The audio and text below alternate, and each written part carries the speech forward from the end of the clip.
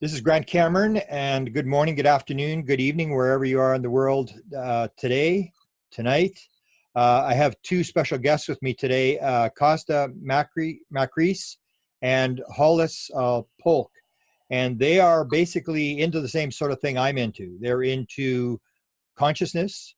They're into getting past sort of the lights in the sky and the circus act, and getting to what are we really dealing with here?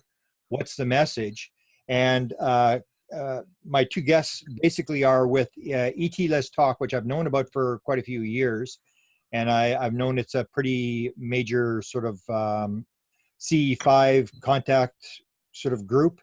And with People's Disclosure Movement, which I want to basically ask you about, and the Global ET Initiative. So maybe, Kosta, you can sort of start things out here and sort of describe what you and your wife, how you got into this, what you're doing, and why this is important, mostly to people, because a lot of people that are watching this may not really realize they still want to, talk to an ET, or they really don't believe, or whatever.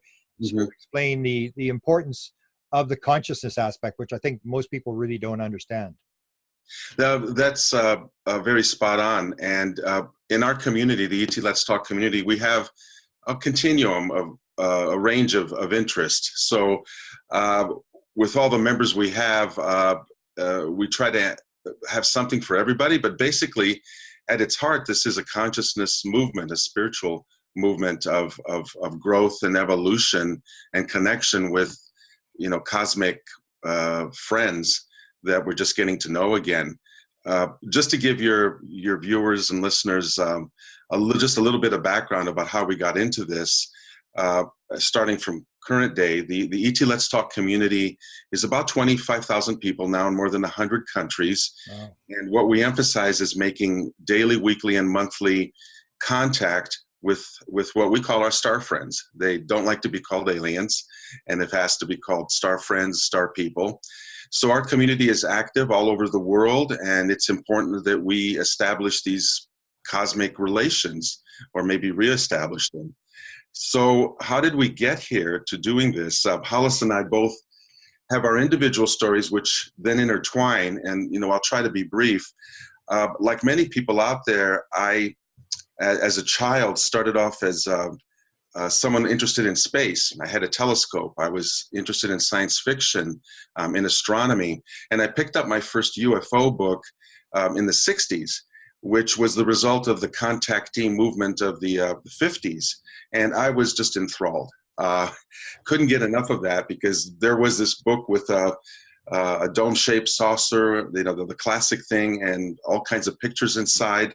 And back in the days before Photoshop existed, it was really hard for people to fake that, though some did try. But I was smitten and wanted to know all I could. But I then went on to have what I call a conventional life of just dropping that interest, going to university, getting a degree in computer science, mathematics, and then coming to California and having a career in the Silicon Valley as a software consultant.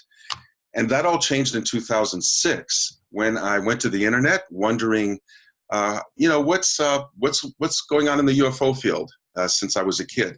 And it was like drinking from a fire hose, as many people know. Yeah.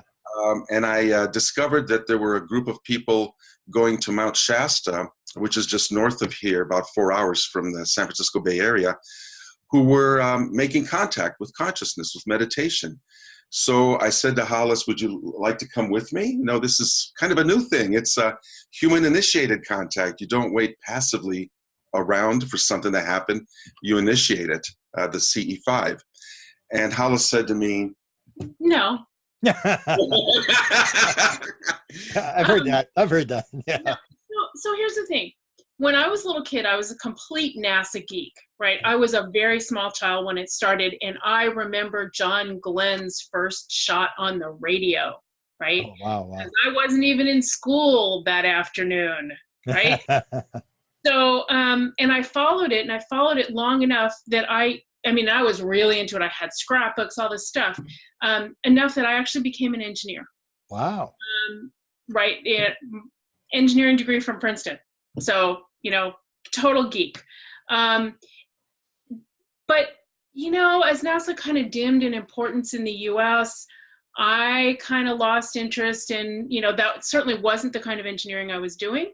It was more about optimization. And so when Kosta said, do you want to do this? It was like, I have a business to run. And I should say I've owned or co-owned a number of businesses over the years. I have a business to run. It doesn't call to me, go, have a good time, but I'm going to stay home. Yeah. And importantly, though, she said, I support you to have a good time. And as I've discovered throughout the 13 years I've been working with an online community, it's not always a given that in any kind of a partnership, within a family, within a marriage, whatever, that one partner's interest is mirrored and supported by the other partner. Yeah. So I recognized right away that I could go for a week and be with the group and do this cool new thing about making contact and not have opposition or resistance from home. Support, but like Hollis said, she knows it's a big universe and that they're out here, that they're here. Right. And well, yeah, my dad gave me Chariots of the Gods when I was maybe 10, which is like when it came out.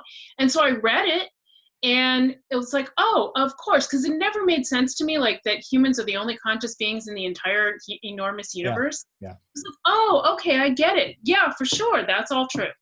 So I went to Mount Shasta and was having wonderful experiences every night. Of course, seeing lights in the sky, that was all new, and sharing stories with other people who were there in the group and meditating with them and using consciousness to make this contact, because I felt it was really important that we establish relations with these visitors, find out who are they, why are they here, etc.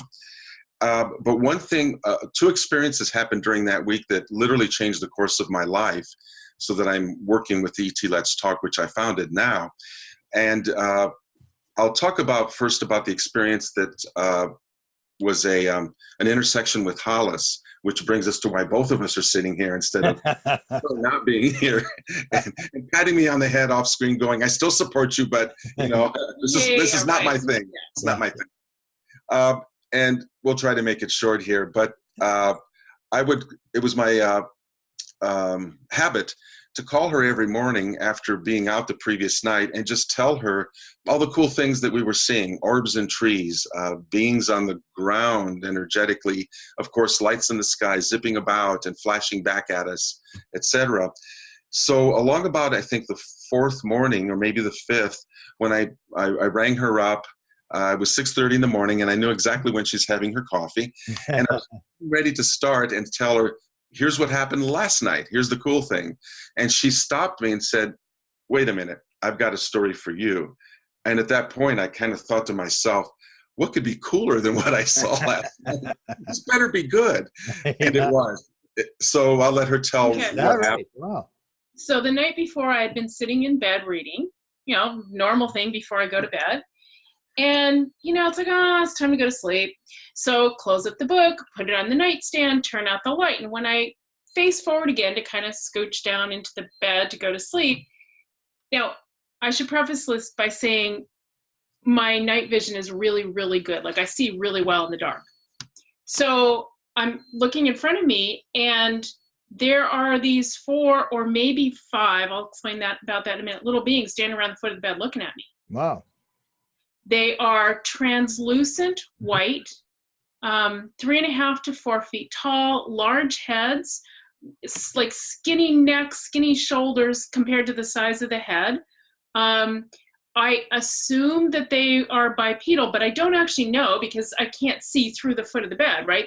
They're standing around the foot of the bed, around like the corner of my side of the bed looking at me.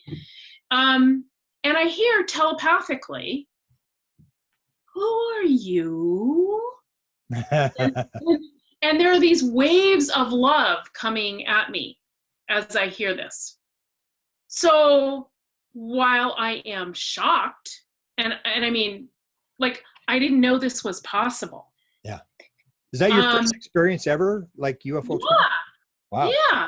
I mean, no, I should say I'm also clairvoyant, clairaudient. I am a telepath.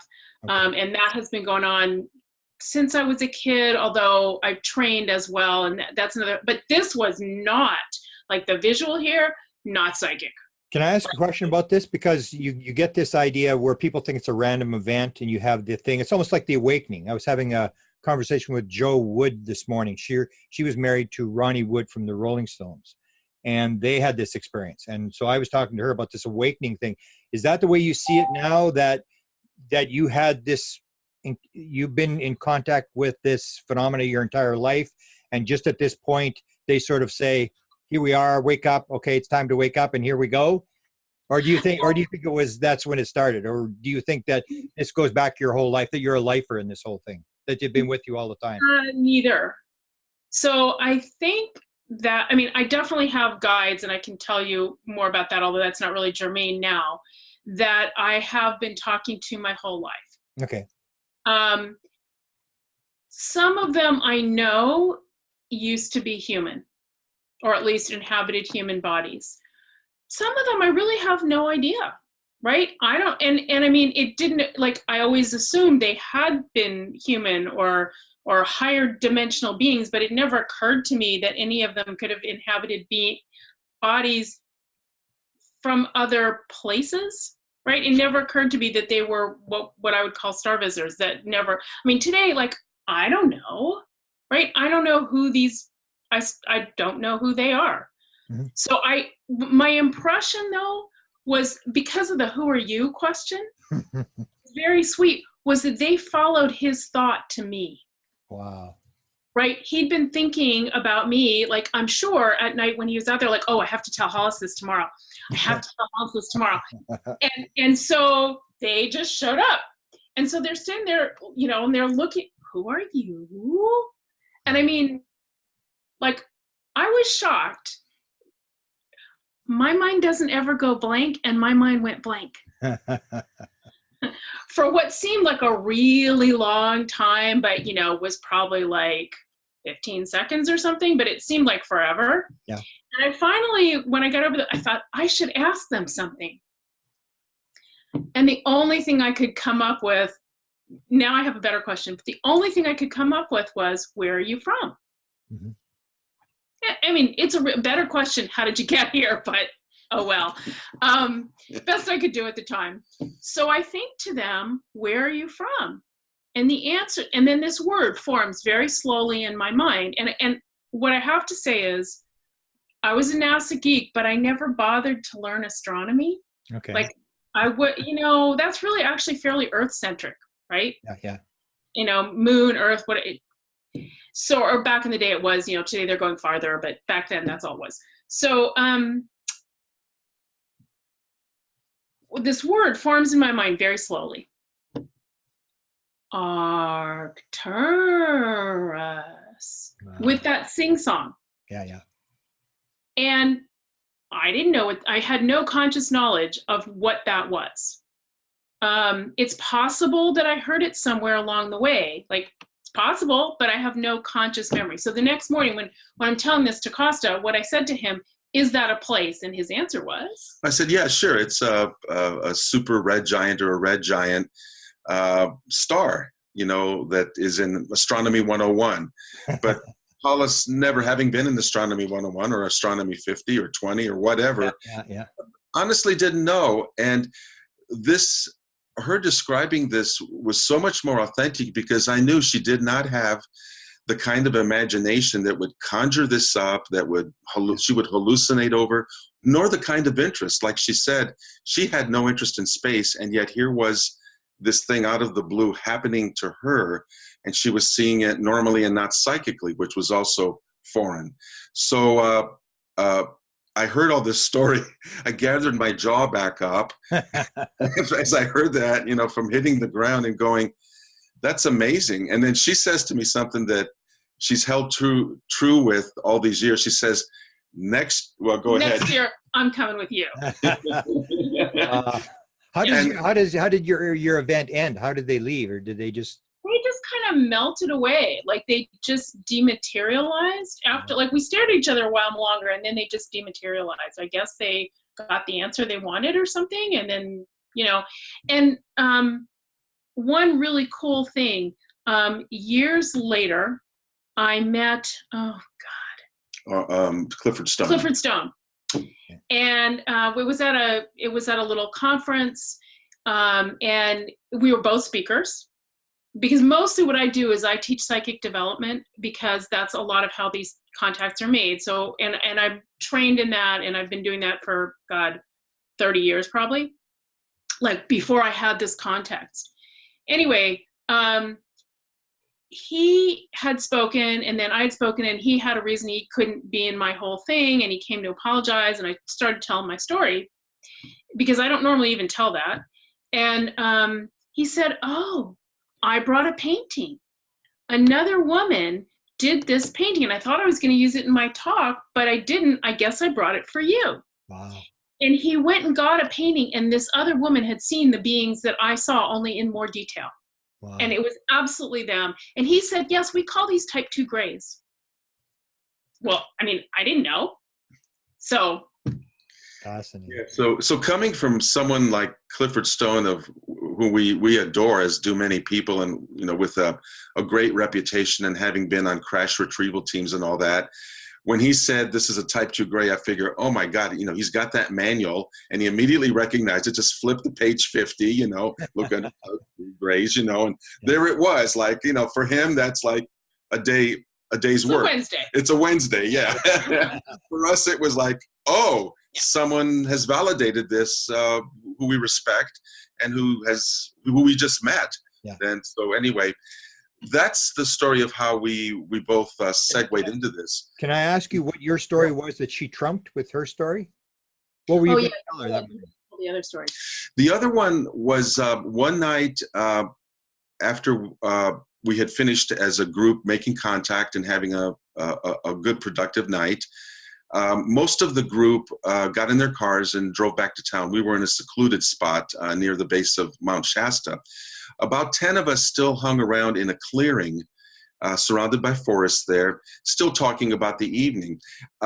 Someone tugged on my sleeve and pointed about 6 or 8 feet away from me near the ground. And I looked, and I was kind of like rubbing my eyes to make sure that this was not a thing having to do with the shadows or the partial moon that was setting, that it was real, what I was seeing. And what I was seeing was the slow materialization right in front of me and everybody else of a sphere.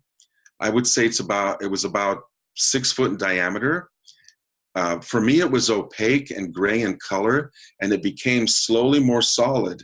And of course, nobody expected that.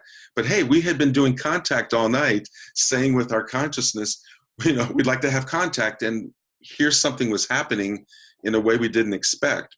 This sphere hung around there for about half an hour, literally floating off the ground a few inches.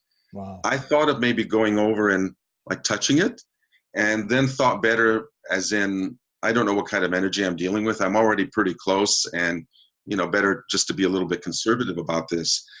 But here's the really cool thing that happened. As we stood around whispering and all of us looking at it, one of the members from the opposite side of the circles spoke up to all of us and said, "I just got a telepathic message from the beings that are inside there, and they tell me that they are scientists doing research here on Earth, and they're studying the human energy system." And so I thought, well, that makes sense. I mean, I can sign on to that. We are somebody's PhD thesis now. They're doing field research here, and I'm okay with that. Go ahead and study. However, the woman next to me, and I'll call her Gloria, standing as close as Hollis is, was standing very stiff like a board and with her arms out like this for a half an hour, not speaking. Wow. With her eyes closed. I knew, as I looked at her, I knew something was going on, and I had become friends with her. She was a very good psychic, a nice person. But there she was standing there with her eyes closed, not moving. And I thought, okay, something's going on. I don't want to interrupt it, but I'm close enough to her that if there's some sign of distress that she shows, I'm here to help. That whole half hour she stood there, and it's really hard to hold your hands out like that, unless you're a Navy SEAL in training or something. Yeah. But at the end of that half hour, she just kind of got a little woozy, and I steadied her by the shoulder, and just said, how many fingers, what's your name? Do you know where you are? Yeah. And she was okay and responded and told me her story. And that was that at the beginning of this whole encounter with this sphere floating there, telepathically, one of the beings inside approached her and spoke to her and said, and asked her, may I merge with you?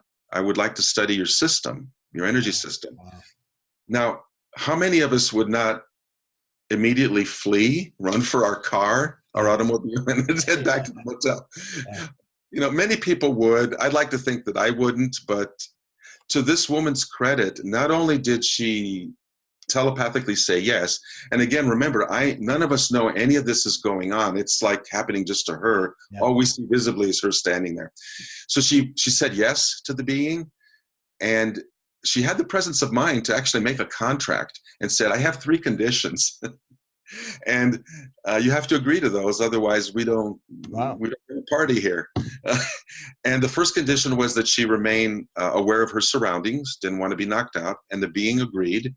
The second was that the being leave when she asked it to leave, to unmerge with her. Mm-hmm. The being agreed to that. And the third condition was that there was to be no messing around with her sexual organs, no probing, no nothing like that. And the being agreed to that. So the experiment did go on, and at the point where she got a little woozy and unsteady on her feet was the point where she had asked the being to leave, and it did. And then the sphere slowly dematerialized, just kind of like a slow Steven Spielberg fade out, back to wherever it came, and there was nothing there.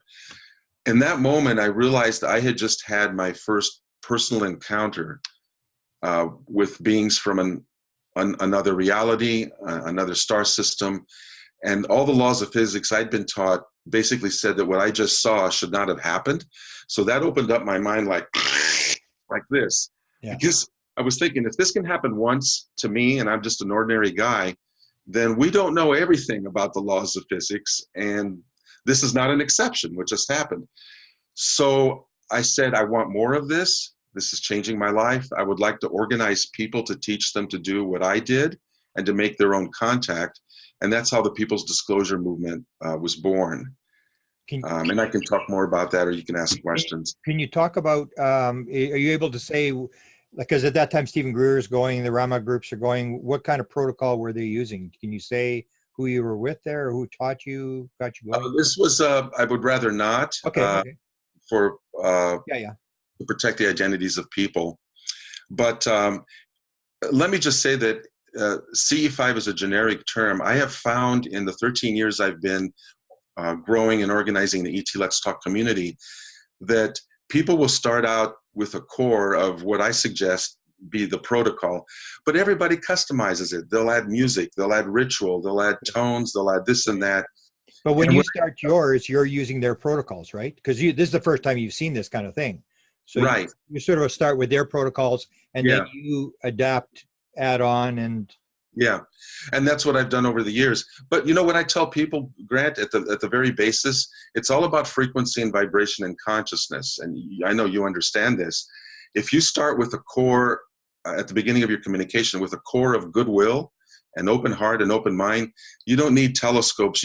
All you need is a lawn chair and this here as the instruments, as the tools to make contact, and your high vibration. It's about the love, the welcome, the invitation to them. The beings that you want to attract and talk to will detect that. And if you want to sing and dance on top of that, and it makes you happy and makes the group joyous and cohere better, that's great too. That just enhances it.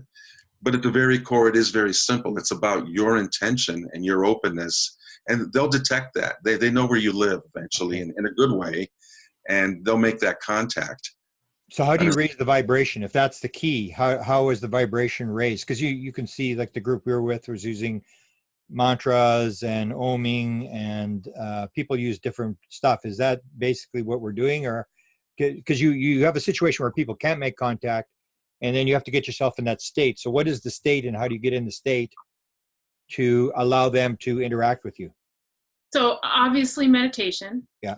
And some years back, my guides taught me a particular one We do a clean out, and then there's a particular meditation that we do to enhance group consciousness, group coherence, which tends to attract them. And also, I would recommend that people concentrate on love. That's really what I believe, if I can state my personal beliefs, the universe is cohesive. Love starts it, love holds it together. And if we begin by concentrating on our hearts and connecting our hearts visually in our imagination with the group, if we're in a group, and trying to feel the love and feel compassion, because these visitors, we've been told by them, are here for us and for the earth. They're here out of a compassionate journey, at least the civilizations we've contacted, which are many.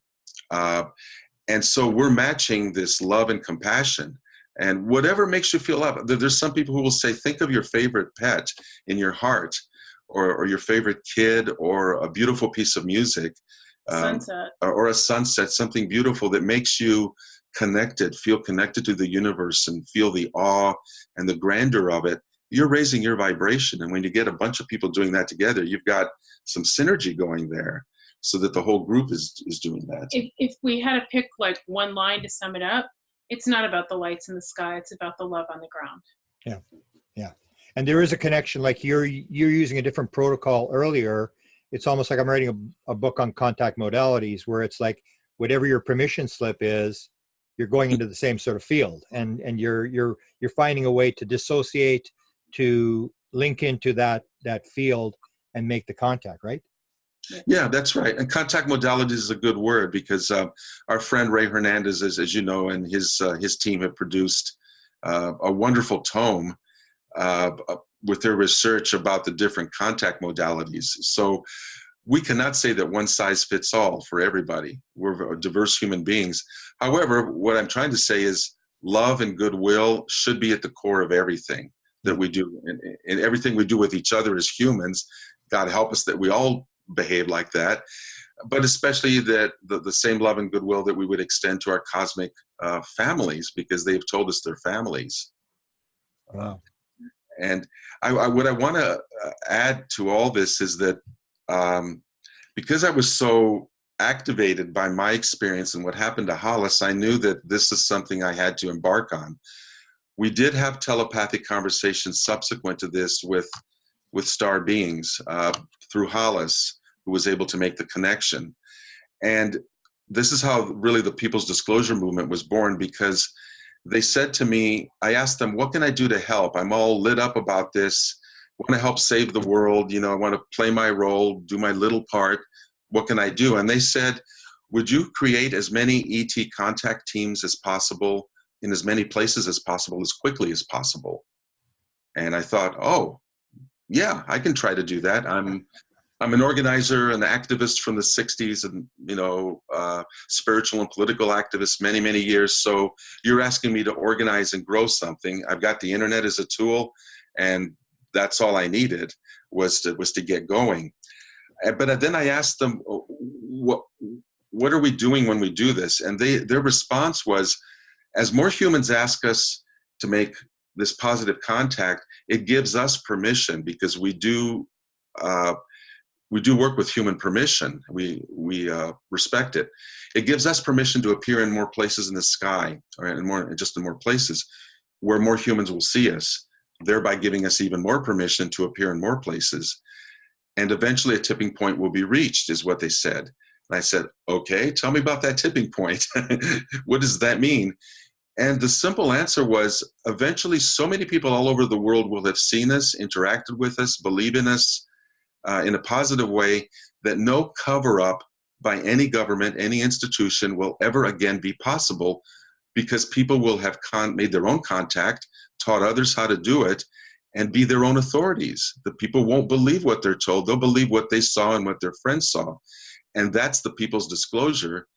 And the news that we've gotten just a few weeks ago is that in early 2019, earlier part of this year, they informed us that we have reached the amount of numbers necessary for that tipping point, and a People's Disclosure has in fact occurred. That's not to say that the cover-up that's been done for decades by the government has resulted in someone making that that press conference or that announcement. That's not that kind of cover-up. What they're talking about is from earlier this year forward, post tipping point, nobody in the world is going to believe what their lying eyes told them. And I'm being sarcastic about that. Yeah. People's Disclosure has disclosed we took back our power from the governments and the authorities and the slowly drip leaks that are coming out of the 3-letter agencies now. Forget all that. We've done that. And I mean, we in our aggregate all over the world, all our groups, month after month, day after day, created a field big enough that it created that tipping point, if we're to believe what those with kind of a higher vision from the cosmic are telling us. And that's an amazing thing. And I want to actually thank everybody out there who's listening, who's been part of this for the last 9 years, as we've been growing as groups and making our own contact, because we did it. Wow. There's some consequences to what we do next, and we can talk about that. I don't know if Hollis has anything to add to that. No, you said it. Okay. A couple questions about what you just talked about. Do you believe that you have are part of a soul contract? Do you believe, like the reincarnation thing, that you came in here, this is part of your mission? And the other question related to that is, when you started the contact movement, and did you get indications that they were actually, you had the synchronicities and they were actually helping you do this? The answer to both of those is yes. Many of us believe in reincarnation and soul contracts and a purpose in our lives, or multiple purposes. So the answer is yes for me. I believe I came in to do this. And I do believe I was helped along. There are many points in my life where I'm decided I didn't want to live, let's say, like many people, just things get dark and you go, what am I doing here? But I was helped in different synchronistic ways to find courage to go on, and then to find inspiration. This particular mission is one of 2 that I could have chosen, is what I'm told. And I chose this one to make this connection with our cosmic families. And so I know that they've been helping. I'm not as fully psychic as my wife Hollis is, but I am clairaudient, and I do have some telepathic communication with them. Mm-hmm. And I hear them all the time telling me, we're behind you. Be prepared for bigger things that are coming. And we'll be talking about that with the Woodstock thing. Good. That are coming. But yeah, I've had that contact. I've had the support, and it's a joyous thing. Hollis can speak to whether your connection with doing this now, whether you thought it was a soul contract or not. No, I mean, not only do I believe in reincarnation, I actually have memories of a bunch of my own past lives, at least one of which was not on this planet. And I know it's a memory because I appear to have coded memories, like how I remember them is different than how I like see things psychically for other people. So there's that. I think I came to finish a bunch of stuff, and one of them was our relationship. So I'm here to support him. Oh, goody. And now I'm very grateful, very much. And now a question about the government, because I've sort of, I've been in that world, which I really don't like that much, what the government's doing and the disclosure stuff. My question to you is, do you think they really understand what's really going on? Because, same with you, you see spaceships and you think of flesh and blood aliens. And then when you have the experience, it's sort of like love, it's consciousness, it's all these kind of things. Do you think the government really understands that? Or are they still in the materialistic world where they really don't know anything? They know there's UFOs, they may have crashed material, they may have bodies or whatever. But beyond that, I mean, I've heard the rumors, they have no concept what's going on. They can't turn the crafts on, they can't do anything. And so what's your impression of, because when you see them, you say, well, if they really knew what was going on, they would know that everything is one. They would know consciousness is the base of this whole thing. But it doesn't appear they know that. They're still in this other world thinking they're going to pull the motor out and we're going to have free energy and we're going to, make lots of money out of this deal. So what's your impression? Yeah, it's a matter of where, you're right, their consciousness is still in the material realm, and it's in the area of threat. Because the military's been all a part of this. And this is not to put down militaries. We've needed them as long as they've been legitimate, but we're going to evolve beyond that. But their job is to look at things as threats. So I can kind of understand why they come from that, but you can grow from that too, and allow for the fact that that love will eventually supersede everything. Yeah. However, to answer your question, I'm not the researcher that you are, and I don't claim to be. So I can't speak for all these deep 3-letter agencies that are compartmentalized and what they think. But like what you're saying, from the evidence, it seems like they are looking at this as a nuts and bolts thing, and that's all there is, and they want to reverse engineer it to make a better and greater weapon to shoot at somebody else. Yeah. And we're not about that. And what our star friends tell us is, do not concentrate on that. If you want a new world, start behaving and acting and creating it by moving forward. One of their messages has been, keep your eyes and heart on us.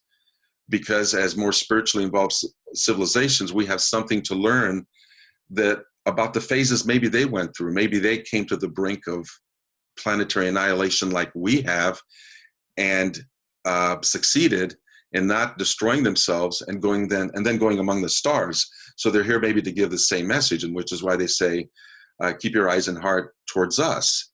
So that's what we're doing. We're looking towards the future. I think the government and the cover-up, whatever they're thinking, is part of the past.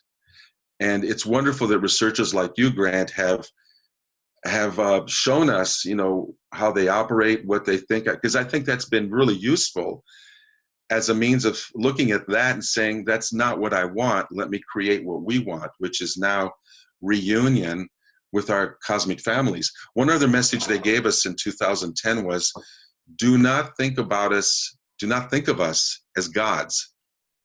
Think of us as elder brothers, sisters, and cousins. We are family. Mm-hmm. Shortly after I got that message, I was driving to meet Hollis on Highway 80 here in the San Francisco Bay Area, in the fast lane, doing my usual 80 miles an hour. And looking in the rearview mirror sometimes for police, like most of us do. But there came a point where I was in a zone just driving and thinking a little bit about the message I'd been given. Think of us as elder brothers, sisters, and cousins. And at some point, a semi-trailer truck in the lane to the right of me, which should not have been doing this, zipped by me pretty fast. He must have been doing 100 for a semi-trailer truck. I don't recommend that. Yeah. But it broke me out of my trance just in time for a second truck to come by slower on my right, passing me and moving on. But as it passed me on the back of the trailer, in the same way that someone will look at a car that has a dirty windshield, like at the back, and they write the words, wash me on it. Yeah. It's a joke. I've done that and been the victim of that. But in that same way, there were these huge block letters done in something, I don't know, on the back of the trailer that I could read even as it's going by me. And what the letters said was, ETs are family. Wow. And then the truck left and was gone. Now, either that was a practical joke played by a trucker who had just stopped at a truck and thought, I'm going to mess with somebody today. Yeah. I'm going to do this. And I was that person that got messed with. Okay, that's a possibility. Or this could have been one of those synchronistic things you talked about or mentioned, Grant, of being shown that this was support for me. Yeah. Wow. Yeah. So that's how the People's Disclosure Movement was born. We, when we were told that we can do this ourselves and create the disclosure ourselves, it's all about looking towards the future. And if you're not looking toward the future with love, then you're looking towards the future with fear and trepidation, and you'll get what you want. And that's why when the Woodstock of ET contact came along, we saw an opportunity to do something positive. I think you'll get what you focus on. Yeah. So it's to focus on the positive. The manifestation, which leads to a question that I know what the answer is. So, but just to put on the record, you got 25,000 people, you got all these groups around the world. Have you ever had a negative experience? No, we have not. And I have to say, the large majority of my teams have never reported one. Yeah. That's not to say I think that all the civilizations out there have been positive in the past. I don't think so. But I do believe strongly in what I'm told by the good guys at this time is whatever negativities were here in terms of races have been neutralized, whatever that means, and that the overwhelming energy right now, the great light and love being poured on our planet, is coming from many galactic sources, but they need our cooperation because this needs to be done with human permission. They have said, they gave us 3 words just the other week, the ones that you that Okay, you said. I forget what I channel a lot. They basically said, we are ready. Oh yeah, right. They have all their plans for full open contact to the nth degree. They're waiting on us to be ready to stop fighting amongst ourselves, or at least a majority of us, or some kind of special percentage of us, to accept the fact that we can have the contact, and they will show up. I'm not wise enough to know how that will happen or when that will happen, but I really think it's sooner rather than later. What I want to give your listeners here is some encouraging news, and that's the result of a research study that was done, that was released in 2016 by a Dutch firm. And it was a study that was the largest of its kind, examining attitudes towards extraterrestrial civilizations. I think it involved 24,000 people from all sorts of demographics, different cultures, different countries, different economic systems, different religions, whatever, so that the study could include a diversity of what humanity represents, and not just be a study that was contacting one of our groups, you know, and having it be skewed in some way. They tried to make this representative. The important thing about the study was that a certain number of people in that study answered positively that they do believe ET civilizations exist, and they're not just microbes under a rock, they're full-on civilizations, and that we should contact them. I took the results of their study, and they've been published, and people can download the PDFs, etc. And I extrapolated the results because I wanted to know, out of this small sampling, relatively small, of people, what would it look like on a global scale? These percentages they came up with that answered positive about ET life and that we should connect. The answer I came up with is 1.3 billion. That's with a B. And that shows, I believe, my humble opinion, how much support we have for consciousness, for doing what we're doing, that we not only believe in this life elsewhere, but that we should contact it.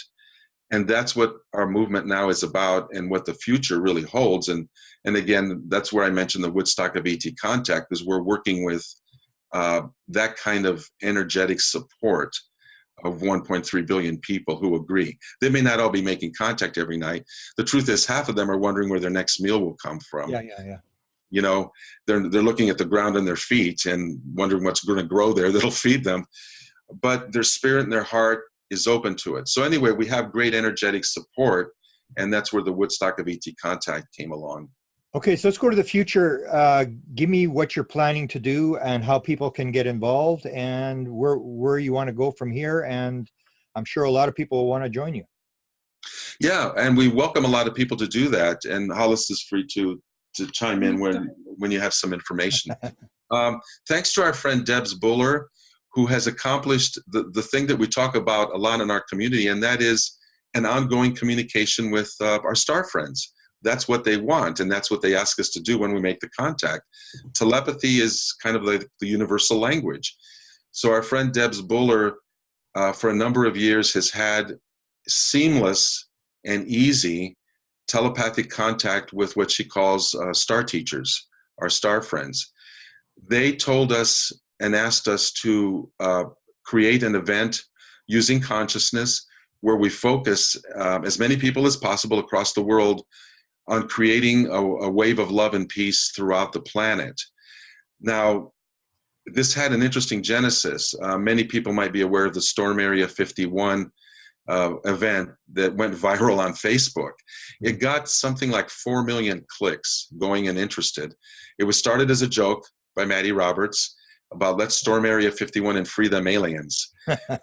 Our star friends, through our friend Debs Buller, basically said, no, they got it wrong. You're not here to free us. We're here to free you. And we want to cooperate with you.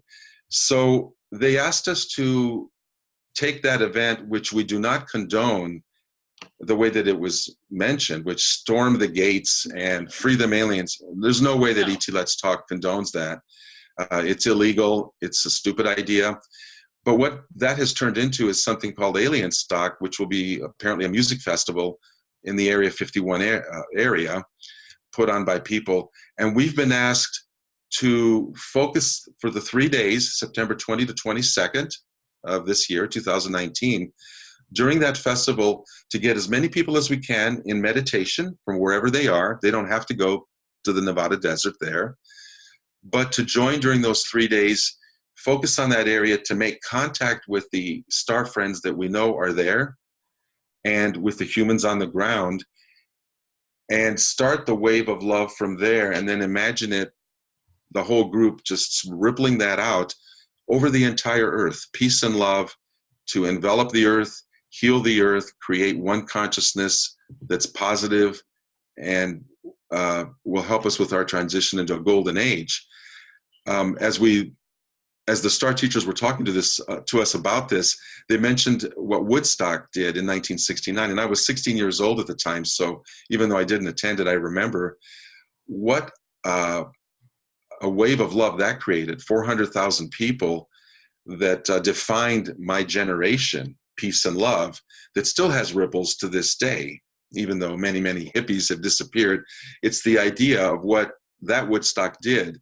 So it came to me to create Woodstock of ET Contact, which is the same basic idea, only now it's not just humanity uniting in peace and love, but we're pulling in our star friends who are excited about this to do a cosmic peace and love thing, to heal our earth and to connect with them. So that's basically what it's about. It's a huge experiment. We invite people to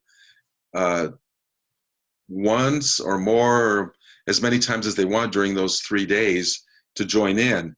And I do want to mention that our friend Debs Buller will be having live Zoom sessions at least once during each of those 3 days, the 20th, the 21st, and 22nd, where her star teachers will directly address humanity.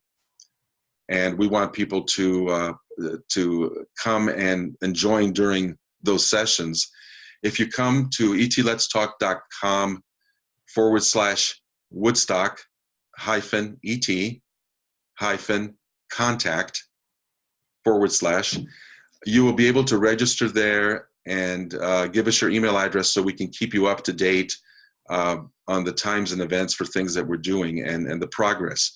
So this came as a surprise just a few weeks ago that these star teachers mentioned this, but it's because this Area 51 thing started it, and that's now morphing into a great planetary opportunity for us to really heal the earth. So our small volunteer team has been scrambling to get the word out, and that's why we ask people who see this to use social media in whatever form, in whatever country, because we're providing some translations on the page that I mentioned, so that people can get this all over and join in, and that's what we ask. Wow. I'll be interviewing Debs later, and so she can reinforce this. So she's having 3 events, and so go to ET Let's Talk. We'll put the link in the description, but that's where they would go to find out when these 3 events, live events that she's holding. She will also give a link because she has a Facebook event page that's dedicated solely to those 3 events. Off the top of my head, I don't remember all the string of numbers, but but Deb should be able to get that if maybe you can put a crawler or something at the bottom.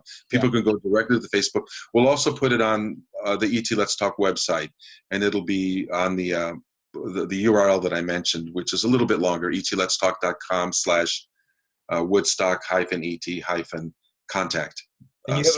And you have a Facebook site as well, right?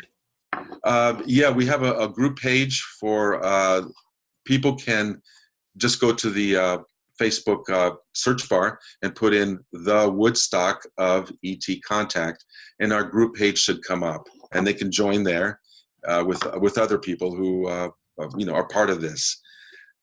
This is a project that does not belong. It's not Kosta and Hollis's project. It's not ETletstalk's project.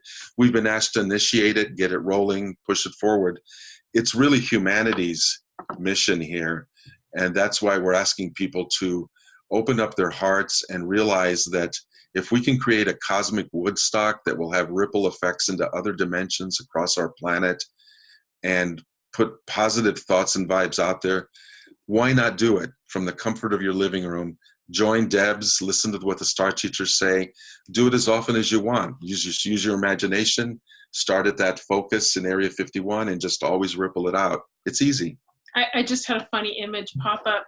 Imagine Woodstock kind of crossed with the cantina scene from Star Wars. Okay. So everybody's out together partying. Except for the violence part where the sword fighting starts. Except for that part. No, but just the part where, you know, everybody, every being of every possible description is partying together. Yeah. Wow. I can tell you a story here. As I mentioned, I was talking to Joe Woods, who was with the Rolling Stones, and this was tried before. I mean, this happened. It was going to be called UFO Woodstock. It was going to happen at Pepperdine University. This was about 3 years ago. Oh. And I wrote a book called Tuned In, The Paranormal World of Music, where I go through the number of bands who are contactees. It's at one point I thought they had every band in the world. I thought they had everybody. It was just amazing when you see how many experiences, and they put these lyrics in the songs and stuff like that. And it was going to happen at Pepperdine, and they were going to bring in David Bowie. There was a bunch of rumors, like Merrill Fankhauser, who wrote the song Wipeout in the 1960s. He's an experiencer. They were going to bring in all these bands. So I don't know who the bands are. They're going to be Area 51, but this is almost like it's a recreation of this thing. Is that the same thing we had? Is that if you get all these bands together and people go like, if you see a UFO, I see a UFO, I see a being, have an encounter, whatever. Okay, they put the sign of the cross and move away, please, get away from me.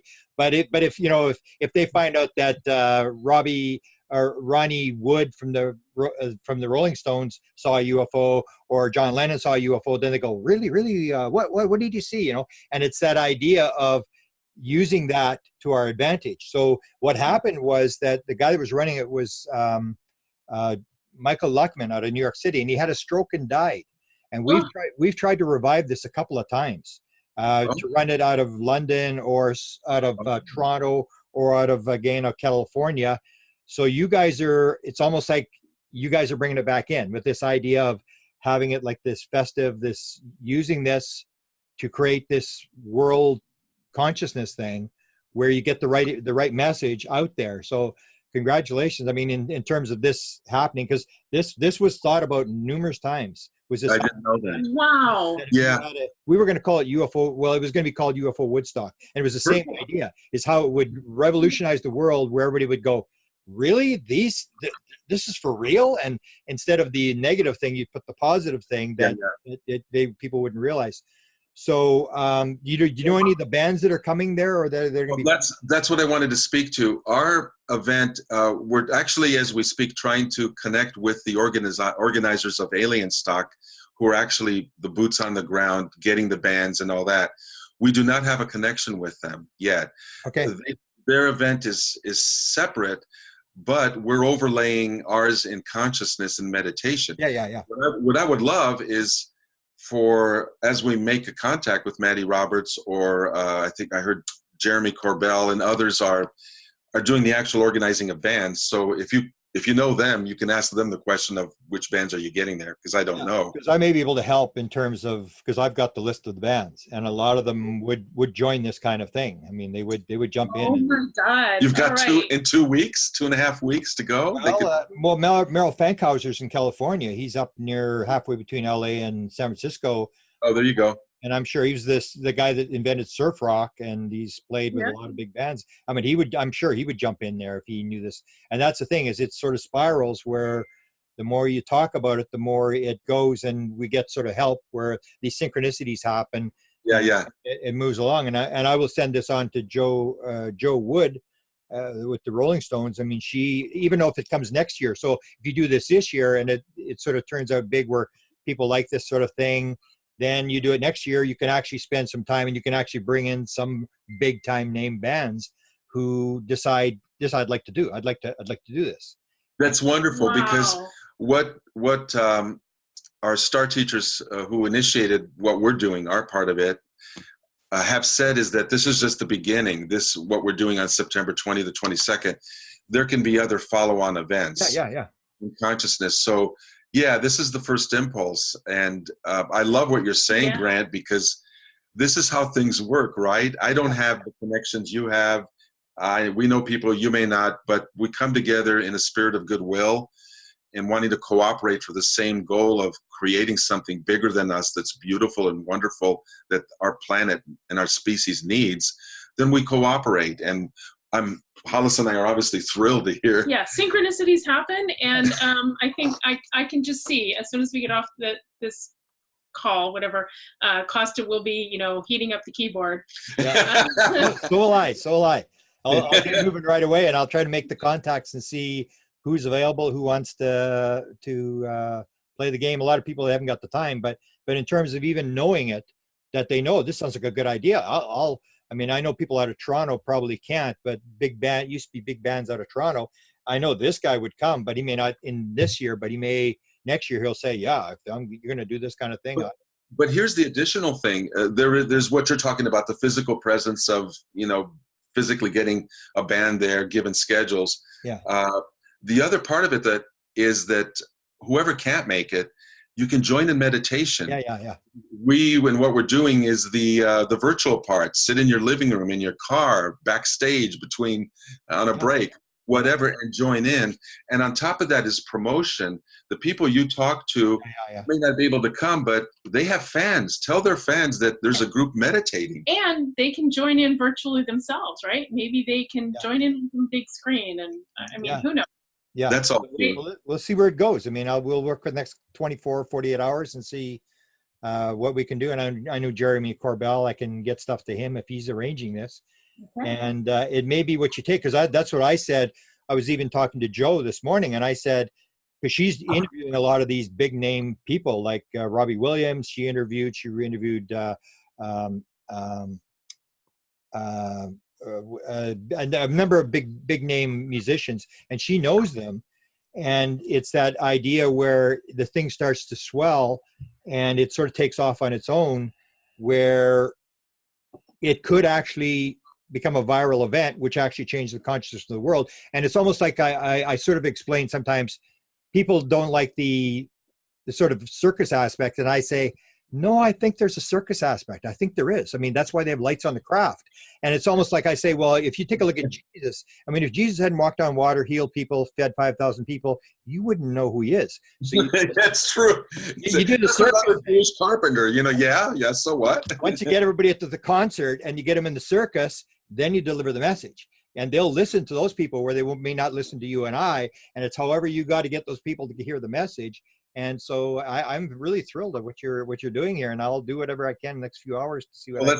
We'll stay. Let's you and I stay in contact after this, because we can continue to synergize over this. But this is delightful. Yeah, it is. It's just, I have to say, it's a privilege to be a part of this. It's a very egoless thing.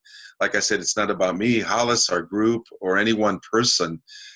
Everybody has a role. It's about the group consciousness here and what we can create as a group.